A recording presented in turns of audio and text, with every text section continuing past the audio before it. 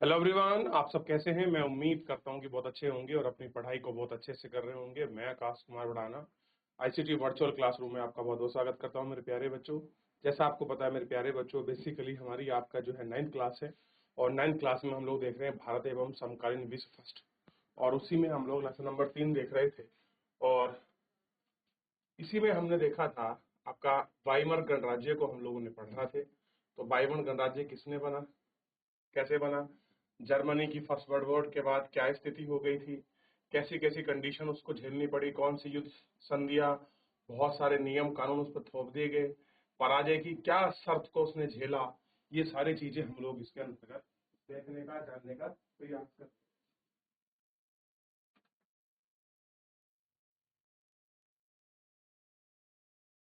Clear है? देखिए इतना कि कौन कौन सी शर्तें थी, किस प्रकार से ये सारी चीजें हो रही थी। क्लियर है? और आप देखेंगे तो ये सब चीज आपको समझ आएंगे।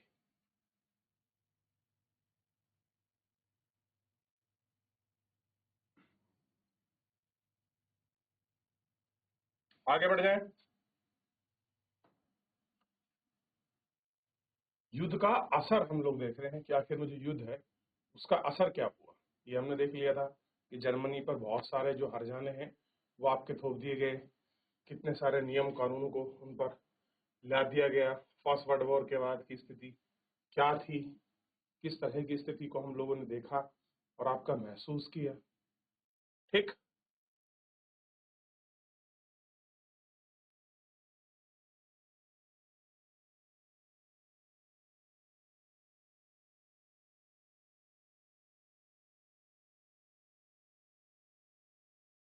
हो गया। चलिए, यहाँ तक देख चुके थे कि कैसे आपका फैसला लिए गए, रेडिकलों ने कैसे आर्थिक संकट को बल मिला, मोटे तौर पर जर्मनी को क्यों कर्जा लेना पड़ा। ठीक, सेकेंड वर्ल्ड वॉर में जितने भी फर्स्ट युद्ध में जो अच्छी कंट्री थी, सेकेंड वर्ल्ड वॉर में उनकी स्थिति और कैसे सुधर गई या फिर क्या स्थिति में बदलाव आया। सुधरी तो क्या ही थी, तब आपका बर्बाद होने के कगार पर पहुंच गई। ठीक है, देख लिया इतना, घर तक हम लोग देख चुके, बात कर लिए। आगे बढ़ जाए।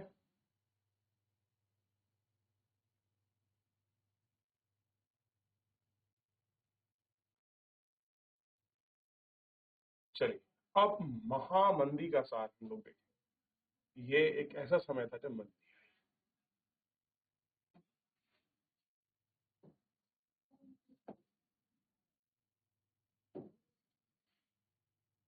1.3 मंदी का साथ सन 1924 से लेकर 1928 तक जर्मनी में कुछ स्थिरता रही, लेकिन यह स्थिरता मानो रेत के ढेर पर खड़ी थी।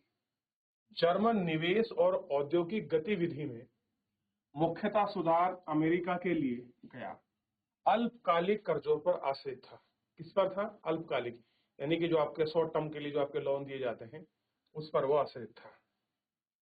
जब 1929 में वॉल स्ट्रीट एक्सचेंज यानी कि शेयर बाजार धराशायी हो गया, सोचिए उस समय भी आपका शेयर मार्केट चलता था, और कह रहे हैं जब वो आपका धराशायी हो गया तो जर्मनी को मिल रही है मदद भी रातों रात बंद हो गई। अब आपको पता है जो अल्पकालीन जो आपको कर्जा दे रहा था वो किसके थे, वो किससे ले रहा था? अमेरिका से। अब स्टॉक एक्सचेंज बर्बाद हो गया तो वो उम्मीद भी आपकी खत्म हो गई। ठीक, कीमतों में गिरावट की आशंका को देखते हुए धड़ाका से शेयर बाजार बेचने लगा। यानी लोग अब जब एकदम से रेट गिरने लगते हैं तो लोग क्या करते हैं, अपने शेयरों को आपका परचेसिंग की बजाय आपका सेलिंग पर शुरू कर देते कि हमको लॉस ना हो जाए। और 24 अक्टूबर को केवल एक दिन में ही 1.3 करोड़ शेयर बेच दिए गए, और यह आर्थिक महामंदी की शुरुआत थी। और कहते हैं 1929 से लेकर 1932 तक के अगले 3 सालों में अमेरिका की राष्ट्रीय आय केवल आधी रह गई। यानी कि लॉस किसको हो रहा है? यूएस को। महामंदी झेल रहा है कौन? यूएस। आधी रह गई। फैक्ट्री बंद हो गई, निर्यात गिरता जा रहा था, किसानों की हालत खराब थी, सट्टेबाजी बाजार में पैसा खींचते जा रहे थे। अमेरिका आर्थिक अर्थव्यवस्था में आई इस मंदी का असर दुनिया भर ने महसूस किया। यानी कि ये मंदी किस वजह से आई थी, तो आपको पता होना चाहिए। जो 1929 में वॉल स्ट्रीट एक्सचेंज जो आपका धराशायी हुआ था, जो अचानक से शेयर मार्केट जो आपका गिरा था, उस वजह से ये आई थी और सब लोग इसी के ऊपर डिपेंडेंट थे। और फिर जो पैसा, जो देश आपका उधार करता हो और वही कमजोर होने लगे तो उधारकर्ताओं को पैसा कहां से मिलेगा। तो वो कहानी अब सबके सामने खड़ी हो रही है। अब कह रहे हैं इस मंदी का सबसे प्रमुख प्रभाव जर्मन अर्थव्यवस्था पर पड़ा। 1932 में जर्मन का औद्योगिक उत्पादन 1929 के मुकाबले में केवल 40% रह गया। कह रहे भैया जो आपका प्रोडक्शन 1929 में था, 1932 में केवल 40% रह गया। अब आपको पता है मंदी है, पैसे की दिक्कत है, तो चीजें होंगी ही। तो और सबसे ज्यादा दिक्कत किसको होती है? ट्रेड पे, और जो हमारा प्रोडक्शन है इंडस्ट्रियल एरिया का, वही सबसे ज्यादा क्या होते हैं? प्रभावित होते हैं। मजदूर या तो बेरोजगार होते जा रहे थे या उनका वेतन काफी गिर चुका था। बेरोजगार की संख्या 60 लाख से ज्यादा पहुंच चुकी थी। जर्मन की सड़कों पर ऐसे लोग भीड़ तादाद में दिखाई दे जाने लगे। मैं कोई भी काम करने को तैयार हूं, लिखी शक्ति गले में लटकाए रहे हैं। बेरोजगार नौजवान तो ताश खेल पाएंगे, नुकड़ों पर झुंड लगे रहेंगे, या फिर रोजगार दफ्तरों के बाहर लंबी लंबी कतार में पाए जाएंगे। जैसे जैसे रोजगार खत्म होते हैं, युवा वर्ग आपराधिक गतिविधियों में लिप्त हो जा रहा है। ठीक, और हमारे चारों तरफ गहरा शाही का माहौल है। कैसा है? ये गहराता जा रहा है और आपका गिरता जा रहा है। आर्थिक संकट ने लोगों में गहरी बेचैनी और डर पैदा कर दिया है। मुद्रा का अवमूल्यन होता जा रहा है। मध्य वर्ग, खास तौर पर वेतनभोगी कर्मचारी, पेंशनधारी की बचत भी सिकुड़ती जा रही है। कारोबार ठप हो जाने से छोटे मोटे व्यवसायी, स्वरोजगार में लगे लोग, खुदरा व्यापारी यानी जो आपका अपना सामान खुले में बेचते हैं, की हालत खराब होती जा रही है। समाज के इन तबकों को सर्वहाराकरण का भय सता रहा है। उन्हें डर था कि अगर यह धर्रा हो गया तो एक दिन मजदूर बनकर रह जाएंगे। हो सकता है कि उनके पास कोई रोजगार ही ना रह जाए। अगर वाकई में ऐसा हो गया तो उनके पास कोई रोजगार नहीं रहेगा। अब सिर्फ संगठित ही मजदूर थे जिनकी हिम्मत टूटी नहीं थी, लेकिन बेरोजगार की बढ़ती फौज मोल भाव की क्षमता को चोट पहुंचाने लगी थी। संकट में थी किसानों का एक बहुत बड़ा वर्ग। कृषि उत्पादों की कीमतों में बेहिसाब गिरावट की वजह से परेशान था। अब किसानों की जो आपकी चीजें हैं भाई, उनमें गिरावट आ रही है, जबकि और चीजें कैसी हो रही हैं? बहुत महंगी हो रही हैं। युवाओं को अपना भविष्य अंधकार में दिख रहा था और अपने बच्चों का पेट भर पाने में असफलता के दौर पर डूब रहे थे। वो क्या रहा था? बेसिकली वो असफलता के दौर में उसका डूबते जा रहे थे। यानी कि कुल मिलाकर आप देख सकते हैं महामंदी ने वो संकट पैदा कर दिया, चाहे उसमें मजदूर वर्ग हो, चाहे उसमें आपका मध्य वर्ग हो, चाहे किसान वर्ग हो, चाहे उद्योगपति हो। 1929 की आई मंदी ने एक चक्का सा जाम कर दिया और सब लोगों को सोचने पर मजबूर कर दिया। आप जानते हैं 1929 की जो मंदी है, आपको बहुत बार मौका मिलेगा पढ़ने के लिए, लेकिन सबसे बड़ी बात यह है कि इसने पूरे विश्व को प्रभावित किया था। क्लियर है जर्मन कैसे प्रभावित हुआ? और इसकी वजह थी आपका, अगर आप देखोगे कहीं ना कहीं जो जिस तरीके से युद्ध लड़े गए थे, उन चीजों का जो निष्कर्ष निकल रहा था, और जिस तरीके से व्यापार में जो समस्या आ रही थी, नई नई नीतियां थोपती जा रही थी, ठीक, और ये सब चीजों से कहीं ना कहीं अनस्टेबिलिटी से ये सारे आपका चीजें खराब हुई। और तभी तो स्टॉक एक्सचेंज में ऐसा धराशायी हुआ कि लोगों ने धड़ाक से अपने शेयर बेचे, अविश्वास लोगों के अंदर आपका पैदा हो गया। और आज भी आप देखते हैं जब भी कहीं आपका किसी देश में पॉलिटिकल अनस्टेबिलिटी आपका देखने को मिलती है, तो आप वहां का शेयर मार्केट को थोड़ा सा अच्छे से एनालिसिस कीजिए, वहाँ की चीजों पर ध्यान दीजिए। क्या होता है, अचानक से वहाँ चीजें दिक्कतें पैदा हो जाती है। एग्जाम्पल के रूप में आप पाकिस्तान में देखिए, पाकिस्तान में पॉलिटिकल अनस्टेबिलिटी है। आप वहाँ देखेंगे, वहाँ खाने पीने की चीजों पर इतनी महंगाई है, आप सोच नहीं सकते। क्योंकि जब तक राजनीतिकरण आपका नहीं होता, सशक्त नहीं होता, तो नीतियां क्रियान्वयन अच्छे से नहीं होती। और अगर नीति अच्छे से नहीं चलेगी तो उसका प्रभाव किस पर दिखाई देगा? सीधा उसका प्रभाव मध्य वर्ग, मजदूर, जनता पर आपका दिखता है।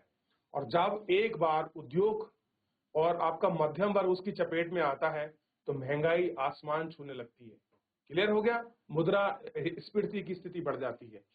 क्लियर है? यानी कि ऐसी स्थिति हो जाती है, शायद 1 रुपए में हम लोग पहले 1 किलो अनाज खरीदते हो, लेकिन स्थिति यह हो जाएगी 100 रुपए में भी 1 किलो अनाज ना आए। और आप जानते हैं जिस तरीके से महंगाई बढ़ रही है, अगर हमारा ग्रोथ रेट, हमारी आपका परचेजिंग पावर और साथ में हमारी अपना डेवलपमेंट अगर अपनी ग्रोथ ना होगी तो हम उस महंगाई को नहीं झेल पाएंगे। ठीक, अब देखिए, अब कह रहे राजनीतिक स्तर पर वाइमर गणराज्य एक नाजुक दौर से गुजर रहा था। क्यों गुजर रहा था? क्योंकि जर्मनी को अगर कोई कर्जा दे रहा था तो वो था यूएस, अमेरिका। लेकिन अमेरिका खुद किसकी चपेट में आ गया? महामंदी की चपेट में आ चुका है। ठीक, तो इसलिए वो नाजुक दौर पर है। जो कर्जा देने वाला था वो खुद अब कैसा है? अपने कर्जे की स्थिति में। वाइमर संविधान में कुछ ऐसी कमियां थी जिनकी वजह से गणराज्य कभी भी अस्थिरता और तानाशाही का शिकार बन सकता था। यानी कि स्थिति क्या थी कि कोई भी इसको अपना डिक्टेटरशिप ना बना ले। और आपको पता है कि हिटलर के बाद जब हिटलर ने आपका सुसाइड किया बंकर के अंदर, और उसकी पहली स्थिति में उसने क्या झेला था, कहीं ऐसा ना हो जाए कि वाइमर दोबारा से क्या बन जाए, किसी तानाशाह के अंदर आ जाए। अब इसमें से एक कमी अनुपातिक प्रतिनिधित्व से संबंधित थी। अब आप थोड़ा सा एक बार पढ़ के आएंगे कि भारत में किन किन के चुनाव अनुपातिक प्रतिनिधित्व के आधार पर होते हैं। भारत में कौन कौन से चुनाव अनुपातिक प्रतिनिधित्व के आधार पर होते हैं। ठीक, प्रेफरेंशियल होता है बेसिकली। इस प्रावधान की वजह से किसी एक पार्टी को बहुमत मिलना लगभग नामुमकिन था। हर बार गठबंधन सरकार सत्ता में आ रही थी। दूसरी समस्या थी अनुच्छेद 48। अब भारत का अनुच्छेद 48 आपको पढ़ना है। आर्टिकल 48 किससे संबंधित है ये आपको देखिएगा, पर्यावरण से है या पशु जीव का संरक्षण से है। वैसे ये आपका फंडामेंटल जो राइट्स नहीं है, जो हमारे नीति निर्देशक आपके तत्व हैं, DPSC, DPSP, state direct principle, उसमें है ये। ठीक, राष्ट्रपति को आपातकाल लागू करने, हमारे देश का नहीं है, ध्यान रखिए। आप राष्ट्रपति को आपातकाल लागू करने, नागरिकों के अधिकार रद्द करने और अध्यादेश जारी करने का, शासन चलाने का अधिकार था। अगर आप देखोगे तो भारत में भी कुछ ऐसे ही राइट्स हैं। आपातकाल की स्थिति में हम लोग फंडामेंटल राइट्स को जीरो कर देते हैं। क्लियर है? राष्ट्रपति की आपकी सत्ता सर्वोच्च हो जाती है। आर्टिकल आप 352, 356 और 360 के बारे में पढ़ेंगे तो वो हमने आपातकाल की स्थिति कहां से ली है? इसी वाइमर संविधान के अंदर से ली है। जो हमारे कॉन्स्टिट्यूशन में आपातकालीन जो आपकी शक्तियां हैं, जो आपका पावर है, वो कहां से ली गई है? इसी जर्मनी के वाइमर संविधान से ली गई है। क्लियर है? तो कुछ कुछ आपको सिमिलरिटी दिखाई देगी, ऐसा नहीं सब कुछ, लेकिन हाँ कुछ भाग ऐसे हैं जो हमने दूसरे देश से लिए हैं और हमने उनका भारतीयकरण किया है। अपने छोटे से जीवन काल में वाइमर गणराज्य का शासन 20 मंत्रिमंडलों के हाथों में रहा और उनकी अवधि 229 दिन से ज्यादा नहीं रही। इस दौरान अनुच्छेद 48 का भी जमकर इस्तेमाल किया गया, यानी कि आपातकालीन खूब लगाया गया। और इन सारे नुक्सों के बदले संकट दूर नहीं हो पाया। लोकतांत्रिक संसदीय व्यवस्था में लोगों का विश्वास खत्म होने लगा। कह रहे भैया ना, ये लोकतांत्रिक संसदीय जो आपकी व्यवस्था है ये ठीक नहीं है। हमारा तो तानाशाही ठीक थी, कम से कम गरीबी, महामारी का आपका दौर तो नहीं झेल रहे थे। तो लोगों को क्या हो गया? अलोकप्रिय लग रही है। जबकि आप जानते हैं दुनिया में लोकतांत्रिक संसदीय जो व्यवस्था है वो सर्वोच्च व्यवस्था है, जो हमारे यहाँ भी है। लेकिन शुरुआती दौर में है, लोग जिस तरीके से लागू होनी चाहिए वैसे लागू नहीं हो रही है। तो ये सारी चीजें हमको देख रहे हैं, क्योंकि उनमें कोई समाधान की खोज नहीं पा रहा था। जो दिक्कत हो रही थी, किस प्रकार दिक्कत आ रही थी, कोई उसका समाधान खोज नहीं रहा था। अब वापस आएगा आपका हिटलर का उदय, हम वापस पढ़ेंगे, ठीक। तो एक बार थोड़ा सा देखिए कि माहौल किस तरीके से गरमाया था, कैसे महामंदी फैली थी, ये सारी चीजें। चलिए आगे बढ़े।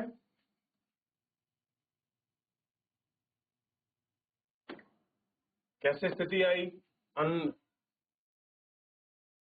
पॉलिटिकल जो आपकी पावर में अनस्टेबिलिटी क्यों थी, कैसे थी, ये हमने देखिएगा। एक शब्द आया था सर्वहाराकरण, गरीब होते होते मजदूर वर्ग की आर्थिक स्थिति में पहुंचा, यानी कि गरीब थे, ठीक है, लेकिन गरीब होते होते स्थिति हो गई मजदूर वर्ग में आ गए। क्लियर हो गया। चलिए अब वापस चलते हैं आपका, और हम देखेंगे हिटलर का उदय। अब कहानी शुरू होगी रियल में जो हिटलर है निकला कैसे।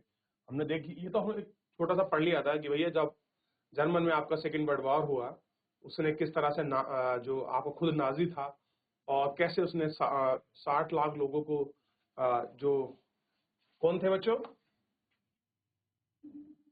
पोलैंड के लोगों को मारा, कुछ लोग घायल हो गए, और कुछ जो आपके यहूदियों थे, यहूदियों को भी किसने मारा था, आपका जो हिटलर है उसने मारा। अब हिटलर हिटलर बना कैसे और कौन था क्या था, थोड़ा इसकी स्थिति पर हम लोग आपका नजर दौड़ाएंगे, और आप देखेंगे कि हिटलर आखिर में हिटलर कैसे बना। हम भी आज बोलते हैं ना, जब कोई अपनी तानाशाही दिखाता है कि आप तो हिटलर बन रहा है भाई, क्लियर है, तो उसको भाई पढ़ते हिटलर को, उधर को।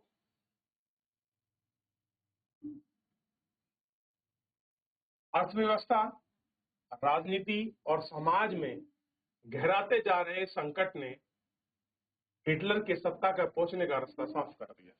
यानी जिस तरह की सत्ता दिक्कत कर रही थी, समाज में जिस तरह का संकट गहरा रहा था, वो हिटलर ने क्या कर दिया, बिल्कुल मतलब वो हिटलर का रास्ता साफ करते जा रही है। 1889 में कहा जन्मे हैं, ऑस्ट्रिया में। ध्यान दीजिए, ऑस्ट्रिया में जन्मे हिटलर युवा अवस्था में बेहद गरीबी से गुजरा है। तो भैया कोई ऐसा नहीं है कि वो सीधा करोड़पति घर में आपका पैदा हुआ, वो एक बेहद गरीब घर में पैदा हुआ। कौन, हिटलर। रोजी रोटी की कोई जरिया ना होने के कारण पहले विश्व युद्ध की शुरुआत में उसने अपना नाम फौजी भर्ती में लिखवा दिया। ध्यान दीजिए, फौजी था एक, और मामूली एक डाकिया था, चिट्ठी बांटने वाला था। आप पढ़ेंगे हिटलर को, मतलब एक चिट्ठी बांटने वाले से लेकर तानाशाह तक के प्रवृत्ति, कितनी बड़ी बात है, और एक गरीब घर में पैदा हुआ लड़का। तो पहले वर्ल्ड वॉर में कहा भर्ती हो गया, फौज में नाम लिखवा दिया। अब देखिए, भर्ती के बाद उसे अग्रिम मोर्चे पर संदेश वाहक का काम मिला। आप जानते हैं कि कुछ लेटर आते हैं, पत्राचार होते हैं, आजकल तो मोबाइल वगैरह सिस्टम है। उस जमाने में कोई भी लेटर होता था, किसी घर चिट्ठी आती थी, तो वो लोगों को, भाई जो अधिकारी होते हैं, बड़े अधिकारी छोटे अधिकारी पर जो आपकी चिट्ठी जाते हैं, उसी बांटने का काम करते थे। यानी कि बेसिकली वो फौज में डाकिया था, क्या था, संदेश वाहक, अग्रिम मोर्चे पर संदेश वाहक का काम करता था। सुनिए, बहुत ही जोरदार कहानी है, ध्यान दीजिए, जीएससी पागलपुर में, ठीक है। कॉपरल में और बहादुरी के लिए उसने कुछ आपका तंगे भी हासिल किए, यानी कि कुछ उसको मेडल भी मिले। क्लियर है। जर्मन सेना की पराजय ने तो उसे हिला दिया। अब क्या हुआ, अब आप जानते हैं फर्स्ट वर्ल्ड वॉर में जर्मन की स्थिति क्या हो गई, अब वो थोड़ा पागल सा हो गया। लेकिन वर्साई की संधि ने तो उसे आग बबूला कर दिया। आप जानते हैं वर्साई की संधि जर्मन पर जबरदस्ती थोप दी गई। उसने कहा कि जो फर्स्ट वर्ल्ड वॉर युद्ध हुआ है और जर्मन की गलती से हुआ है, और जर्मन को क्या करना पड़ेगा, फर्स्ट वर्ल्ड वॉर का हर्जाना भुगतना पड़ेगा, उसके रूट क्षेत्र कब्जा दिए जाएंगे। इससे पहले चैप्टर में जब मैं आपको पढ़ा रहा था, तो ये सारी चीजें मैंने आपको बताई और समझाई थी कि जर्मनी पर कैसे वर्साई की जो आपकी संधि थी और जबरदस्ती थोप दी गई थी। अब क्या हुआ, और आग बबूला हो गया वर्साई की संधि से। 1919 में जर्मन वर्कर्स पार्टी नामक एक छोटे से समूह की सदस्यता ले ली। हिटलर क्या करता है, 1919 में एक संगठन था जर्मन वर्कर्स पार्टी, उसका वो आपका मेंबर बन गया। धीरे धीरे उसने इस संगठन पर अपना नियंत्रण कायम कर लिया और उसे नेशनल सोशलिस्ट पार्टी का नाम दे दिया। अब उसने जर्मन वर्कर्स पार्टी को क्या बना दिया? नेशनल सोशलिस्ट पार्टी बना दिया। और इसी पार्टी के बाद इसे नाजी पार्टी के नाम से जानने लगा, क्योंकि नेशनल सोशल पार्टी किस वर्ग का प्रतिनिधित्व करती थी? उसमें सारे जर्मन के आपके नाजी थे। क्लियर हो गया? जैसे यहूदी होते हैं, मुस्लिम होते हैं, हिंदू होते हैं, क्रिश्चियन होते हैं, ऐसे कौन थे? ये आपका नाजी थे। और ये जर्मन वर्कर्स से नेशनल सोशल पार्टी, और इसका दूसरा नाम पड़ गया नाजी पार्टी। तो आपको समझ आएगा कि हिटलर क्या था? एक नाजी था। ठीक, और आपको पता है कि नाजियों ने किस तरीके से सेकेंड वर्ल्ड वॉर में नरसंहार किया है, ये आप देख सकते, देख लिया। चलिए, तो फिलहाल एक बार आप घर जाकर पढ़िए और स्थिति साफ हो जाएगी। अच्छे से देख लेंगे तो आपका जो हमारा हिटलर है उसकी छोटी सी कहानी को हमने जानने का प्रयास किया। बाकी कुछ और हम लोग नेक्स्ट लेक्चर में पढ़ेंगे। फिलहाल आज के लिए इतना ही। धन्यवाद।